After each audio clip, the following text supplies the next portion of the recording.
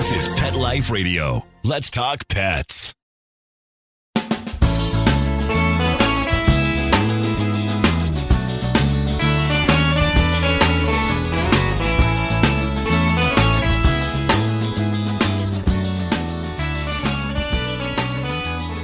Welcome to Save a Pooch on Pet Life Radio. I am Beverly Isla, your host. Thank you for listening in today. Our guests are Barb Ashmead, Founder, Executive Director of Operation Freedom Paws Canada, and Ellen Suettler, I'll just call you Ellen, also Assistant Executive Director of Operations Freedom Paws Canada. And their work is grounded in an idea where a rescue dog is trained as a service animal. So it does provide a really valuable solution because it's finding purpose in both ends of the leash. So through Operation Freedom Paws Canada, veterans, first responders, and individuals with disabilities are matched with rescue dogs, and together they're trained to become certified service teams. So it's a purpose-driven bond that transforms, as I said, both ends of the leash. So when we get back from these messages, we'll be joined by Barb and Ellen. You know the expression, cats have 9 lives. Well, what if you can give them one more? The Give Them 10 movement is on a mission to help give cats an extra life. How? With spay and neuter. Spaying or neutering your cat helps them live a longer, healthier life. And it helps control free-roaming cat populations too. Learn more about the benefits of spay and neuter and meet Scooter, the neutered cat, at GiveThem10.org. That's GiveThem10.org. Let's Talk Pets on PetLifeRadio.com.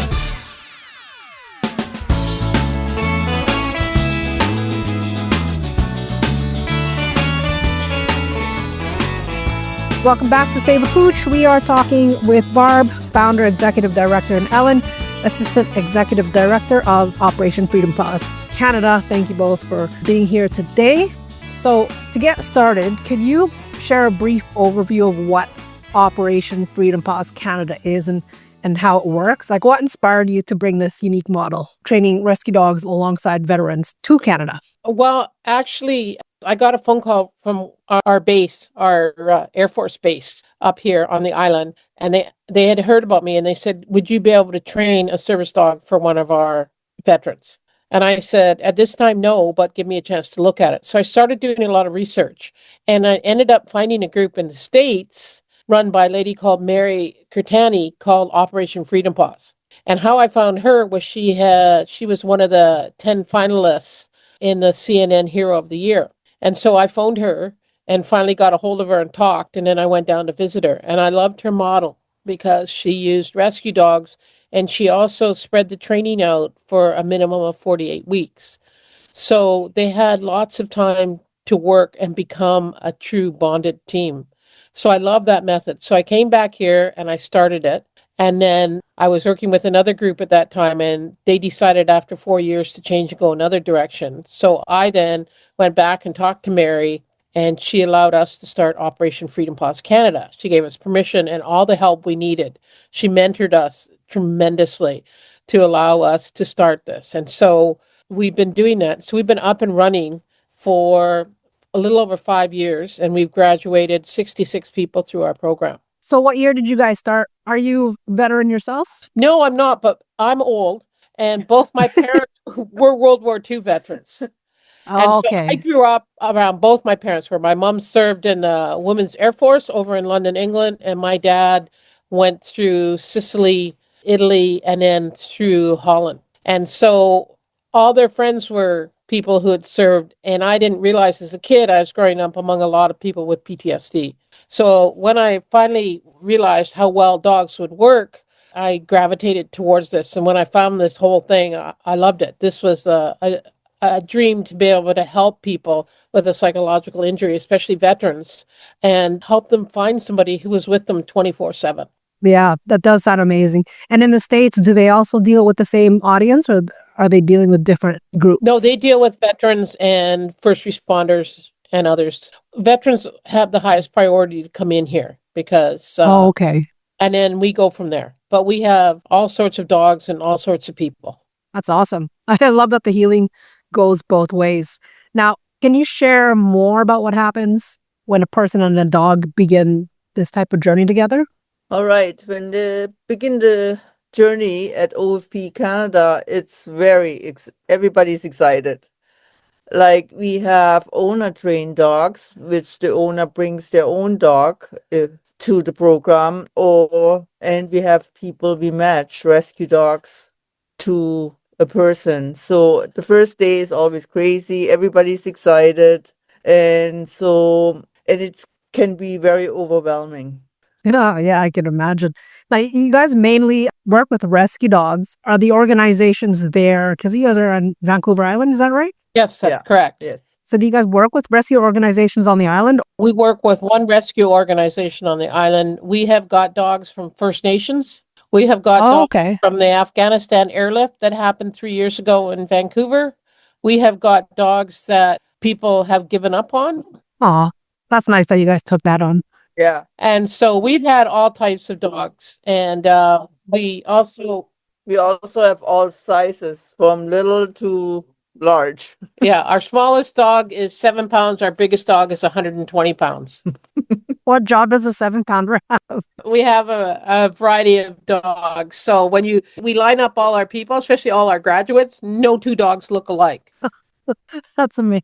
Yeah. So are they matched by like what they're gifted at with the veterans and first responders? We met dogs. You don't get the dog you want, get the dog you need. This is match dogs. So we take the dog through an assessment first. It's a 5-page assessment, and we walk them through and decide, that's this. We're going to take this dog from this shelter, and then we bring the dog in. But meanwhile, we've interviewed our people for our next class starting, so we get an idea what they're like. And then the first day they come in, we match them with the dogs, and we're about 98% right. So it's amazing. It's just you look at it and you go, okay, this person can handle this dog and this person will handle that dog. And so it works out really well. And, because our program's a minimum of 48 weeks, they spend a lot of time training and working hard. And so it gives them a chance to bond, and you'll watch that bond grow and grow and grow over time. So 48 weeks is the length of your program, and that is a mandatory program, I'm assuming, with the people that you accept, right? Yeah, you have to do 200 hours. So that includes the hours that you're training, which comes out to about 182 hours. If you train, but we always say a minimum of 48 weeks. Each person here is on their own journey. So as much as they work together in a group training, they're still on their own journey. And so some people are ready in 48 weeks, and some people aren't ready for 60 weeks. We don't push people. They come along in their own time, and we work at them from that. The rest of the hours are made up through mall training, public access training, things like that. And so they have their 200 hours in. Gotcha. And what are some of the changes that you've witnessed in both the people and the dogs through this program? When they start off their journey here, like I said before, it's very overwhelming. And they always think, okay, I'm doing this wrong. They're worried about doing things wrong, and they get frustrated. Okay. So the dog doesn't respond what they hope for, doesn't listen. So it gets really frustrating sometimes. But this is all a part of the whole process here. And then we see about week 4, we can see a shift. They start to connect. They start to the little bond. It takes a while to bond, but they start to understand, and the dog knows, okay, this is my person, and so connection starts slowly. Right.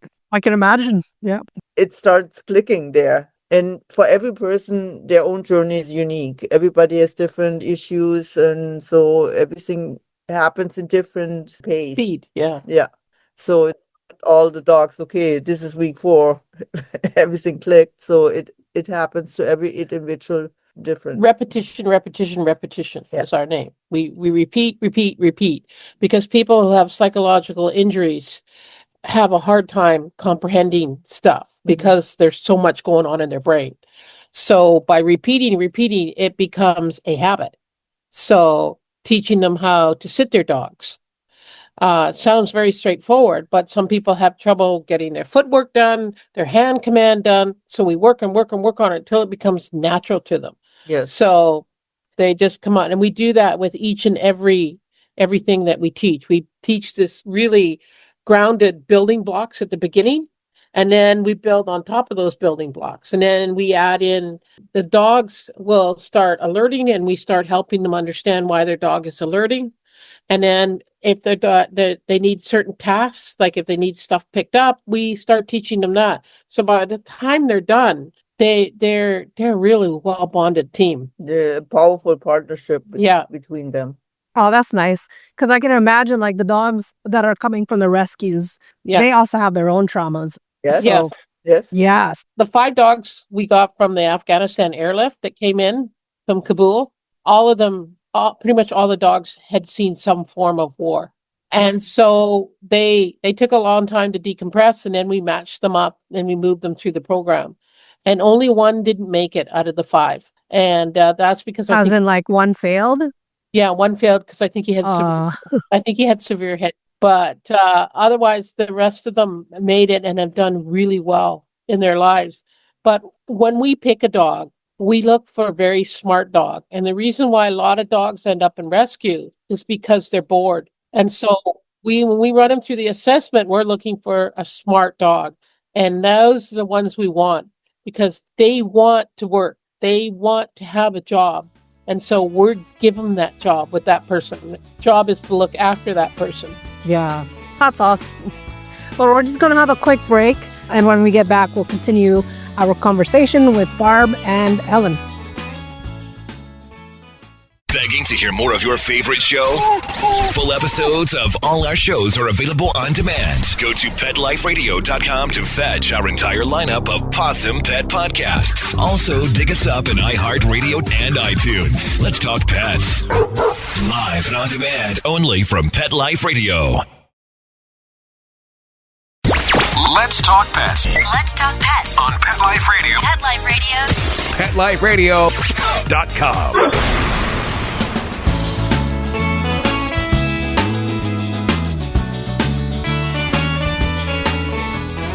Welcome back to Save a Pooch. We're talking with Barb, founder, executive director, and Ellen, assistant executive director of Operation Freedom Paws Canada. So with the dogs that you're matching to your audience, what transformation do they go through? And then I'm talking about like the dogs because they have like the mental traumas and stuff. And then you also have the other end of it where you're helping the people that have disabilities.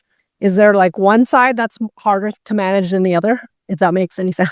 The dogs, when we assign the dogs, it doesn't take them long to realize they've got a person 24/7. And most of the dogs are very excited about. The people we match them with sometimes take a while because they've had a lot of trauma too. And so they've got to learn to trust that dog. And trust is a very difficult thing for someone with trauma. So Right. all the people in our program still see a psychologist, a therapist, anything like that. So they're getting counseling at least a couple times a month, if not every week. And so they work at it. They work at it that way, and that really helps them become a bonded pair. And so it's usually, as I said, it's usually the human that takes the longest to realize they've got this incredible partner that is going to be with them 24/7. And once they click into that, they buy into the whole thing, they just sail. It's wonderful to watch them sail. I can imagine. Yeah. And then they go through the program. The success stories that you guys have, like, can you share a story that really touched you, I guess? A moment that showed you just how powerful like a pair can be once they're bonded and know exactly who they're with. I asked this one person if I could use her name, and she said yes, and her name is Alejandra. And we matched her with a dog called Teddy. Teddy was basically on the road to be euthanized. And I didn't think he was ready for that yet, so we brought him in here and we had him for a few months. And when I met Alejandra, I went, I think this is the right dog for her.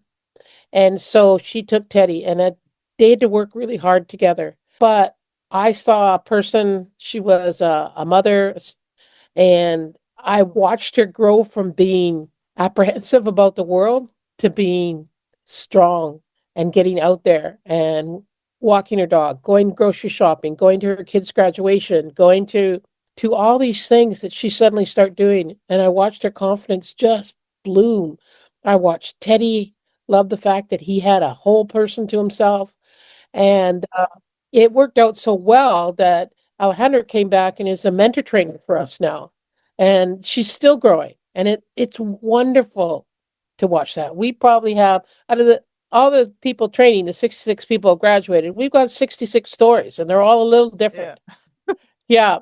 But it's wonderful. Ellen, do you have a story you want to talk about? Well, we are also like, we have a girl who she came to us, she didn't talk, she was shy, She didn't look at you.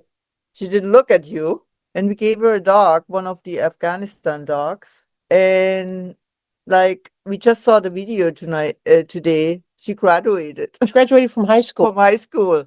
So it's like, yeah.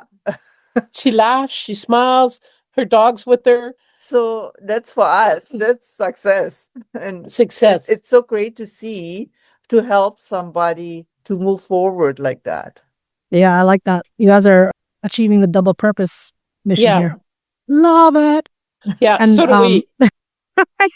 what are some common misconceptions about service dogs and the training process? Lots of people think, many people believe that any dog can be a service dog, or the training is quick and easy, you know? It's like, I don't have to put the work in. We always tell our people it is hard work. And after certification, you're not done. You still have to keep going with the training. Service dogs are not just well-behaved pets. Yeah, they have to perform critical tasks like what their need. I mean, we have diabetes alert dogs, things like We have whatever. people who faint. We have people who faint. So these dogs are there for their person, and so like I say, they're not just well trained pets now. They can perform the tasks and they have the alerts. Yeah. A lot of places feel that you have to train the dog to the alert. We let the dog alert the person first. So we watch very carefully, Ellen and I, when everybody's training. And we'll see the dog start doing something, either leaning against them or actually maybe jumping on them. And then we'll tell the person to sit down. And that's where we start seeing the fact that, 10 minutes later or 20 minutes later, they have a seizure or they have POTS and so they faint. Yeah. So the dog can tell this. It's like with our diabetic dogs.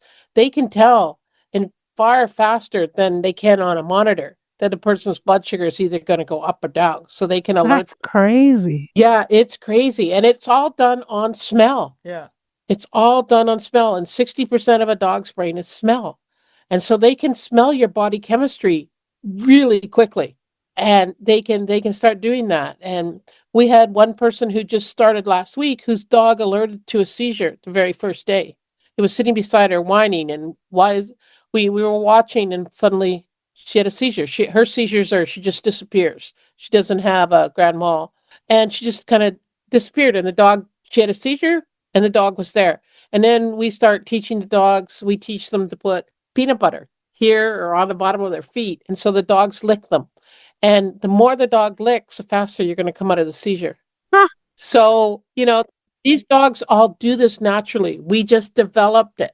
Yeah. We just develop it and hone it in a little more. Yeah, we don't teach that. You cannot teach that. Yeah. So, but we observe. And if it's a repeated same act they use, when something happens, then it's an alert. So we tell the client. Yeah. And we also tell our clients also, when it is alert, make sure you thank your dog. Yeah. Like the one Yeah. I told you about earlier, Teddy and Alejandra. About the third week Alejandra came into training, Teddy was just acting like nuts. And I was going, oh my God, what's going on here? So she sat down and Teddy kept jumping up and touching the left side of her face with his nose. And 10 minutes later, she goes, I've got a migraine. And that's what Teddy was trying to tell her. She was getting a migraine. So now she listens to Teddy. She goes out, she takes her meds, and she comes back in, puts her sunglasses on, and then she's fine. Quite often she can avoid her migraine. Yeah. And the dog alerts to that. And that's his way was really weird because he kept jumping up and touching the left side, and her migraine was on the left side. And so these dogs are so brilliant. You just have to learn to listen to them. It's a very common term here. Listen to your dog. We tell the clients, do a head-to-toe check. What's going on? Are you frustrated? Are you in pain? Are you angry? Head to toe. Are you in, to check what's going on? And if something is going on, listen to your dog. Yeah. Sit down. Either sit down, sit on the ground, have your dog lay across you, do some deep pressure. And when you're ready, start training again. Jeez. Do you find like there's other like certain breeds that are better at detecting? No, they're all good. Because Wow. all dogs, we teach them right away to use their dog's nose. We teach them games like find it, which fist has the treat in it. We teach them to find it. We teach all sorts of different things so that the dog uses the brain. The more it uses its brain, the better he can smell your body chemistry. And they can smell it a long ways away too. We had somebody tell us that their dog was in the backyard and they were in their carport and they were having a really bad moment and suddenly their dog was there jumping on them. And he said, I didn't understand at first, but then he realized he was mad and angry. And the dog was telling him, sit down, slow Calm down. Yeah, calm down. And, and so we teach them, thank your dog and understand that they're not doing this to be annoying, but they're doing this because there's something going on with you and you need to learn to listen to the cues. We also have a client here. It's just amazing to see. She faints and the dog alerts her. He just pulls her to a safe place. 45 minutes before it actually happens, he can do it. And you ask her, how are you feeling? I'm fine. I'm fine. And then, and the dog just pulls her to a safe place. And sure enough, so she sits down. 45 minutes later, she is out. Anyway, 45 minutes is as long as he'll tell her. Today it was about 10 minutes in advance. He pulled her to a chair. I took a look at her. I said, sit down on the ground. She passed out. The dog sat with her. And then he starts licking her. Yeah. And you see her hand come up and she starts coming out of it. That's awesome. Yeah. Yeah. Yeah. It's an amazing thing to see. Yeah. It blows me away each and every time what a dog can do to alert. Yeah. Wow, you guys take regular training look like peanuts now. Let's train your dog to save your life. We haven't had a peanut dog, but down in the States, they had a peanut dog, and he was amazing. Because if you had eaten peanuts in the last 48 hours, he would not let you approach her. Interesting. Yeah. So dogs are amazing. And we don't realize just how amazing they are. And rescue dogs, like I said, a lot of them end up in rescue because they're too smart. Hallelujah to that statement. Yes. And that's why rescue is so important to us. I actually looked up this fact that in the States, 1.7 million dogs are euthanized a year. In Canada, it's about 100,000. So if we can save a dozen dogs a year, then we've done a job. We've done something right to help those dogs match up with people. Yeah. Absolutely. All these breeders. Yeah. How can people support your mission, whether it be donations, volunteering, fostering? I mean, do you guys use fosters? If you live on Vancouver Island, we are looking for fosters, and we're always looking for volunteers for when we have an event to raise money for us. But the major thing, like every charity needs, is money. For sure, yeah. We're especially looking to try and develop our monthly donor ones, so people who donate every month, so we can start realizing this is how much money we have coming in each month. And so we're looking at that. But yes, we money with any charity is what you need to survive. Yeah. And we make it work. We do our best on very little money. It costs us about $18,000 a dog, but then we look for as much as we can. And that's cheap. Other schools are anywhere between 30 to 40,000 a dog. But because we use a rescue dog, it cuts it down tremendously. And Right. give the dog a chance. Wow. Kudos for you guys. We love it. Yeah.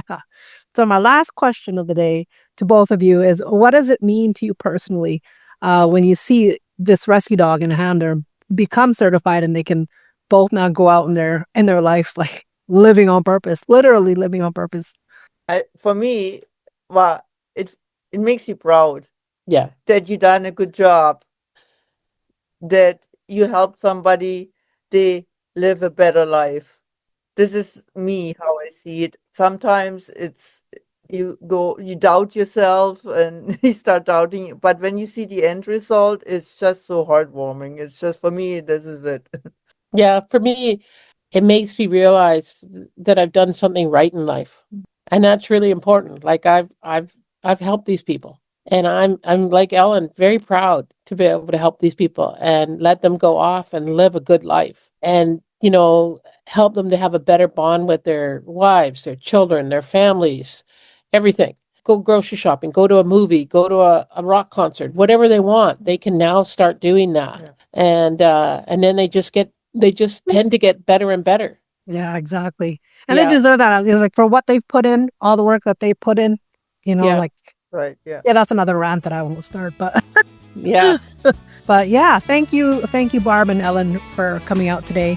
We are out of time. Yep. So thank you again for being here and for the work you do with Operation Freedom Paws Canada. Your mission gives healing and purpose to people and dogs who might otherwise be forgotten.